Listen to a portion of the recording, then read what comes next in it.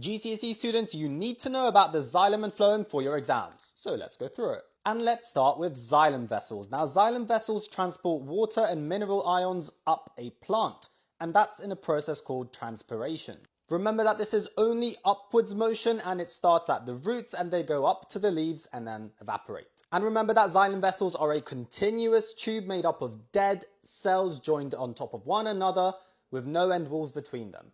Now, they're made up of dead cells because it's a form of passive transport. It doesn't require any energy, so it doesn't require things like mitochondria. But dead cells are weaker, so those walls are strengthened with linen so that the xylem doesn't collapse. And remember that linen, the protein that strengthens the walls of xylem vessels, is spelt like this, Lignin. And as I mentioned before, transpiration is a passive process. It doesn't require any energy. It starts at the roots, where the roots absorb the water from the soil, and that water is pulled up the xylem because the water at the top of the plant is evaporating from the leaves, so it causes a transpiration stream up the plant. And this is all possible because of cohesion and adhesion. Cohesion between the water molecules where they stick together and pull each other up, and adhesion of the water molecules to the xylem vessel walls. Now, the phloem is made up of real living cells because it uses active transport, so it requires things like mitochondria to respire.